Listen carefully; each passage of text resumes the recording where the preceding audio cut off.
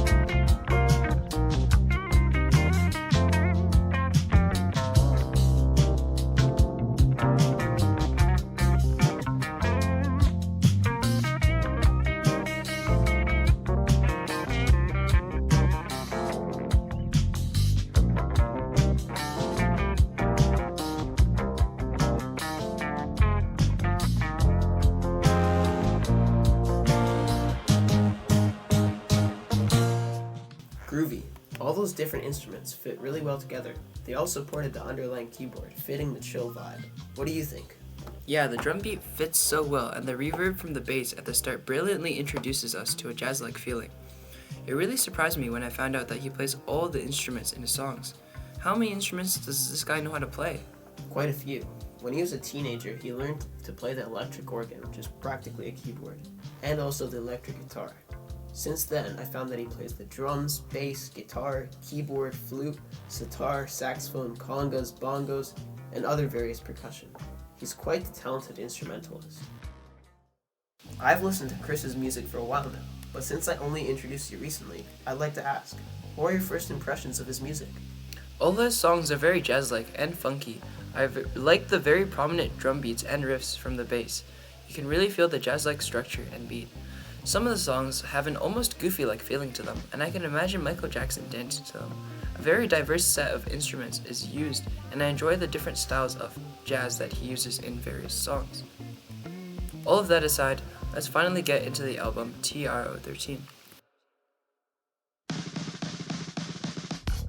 In comparison to his other albums, TRO13 uses the drums a lot more to lead through the songs with bass guitar. In other albums like Sticks, this combo isn't as prevalent. Also, in his other albums, there's different instrumentation used. TRO13 is most similar to his album Hyperacusis. Hyperacusis also has a few tracks led by the drums and bass. However, it still isn't as prominent as in TRO13. I haven't listened to all his albums, but among the ones I have listened to, TRO13 is probably my favorite. The theme for this album is pretty chill but also groovy and rhythmic. In a lot of the tracks, the drums clearly lead the rhythms and the pace of the song. However, none of the tracks are too high energy but rather mid-paced. In the different tracks, there's some variation in the style/feeling given. Some tracks feel steadfast, while others have a straightforward feeling, or even a funky feeling. Enough of that though, let's get into some tracks that stood out to us. First up, we got Outta Your Funk, which we both thought to stand out. This is the song that's currently playing in the background. What was it that made you think that this track stood out? This track stood out to me because of the strong melody, as well as the solo done by the electric guitar. I also liked how the melody wasn't just played with a single instrument, but with multiple instruments to show the contrast and differences between each instrument. Yeah, I agree. I'd say mostly the same. I like the catchy guitar lines and the bass as well.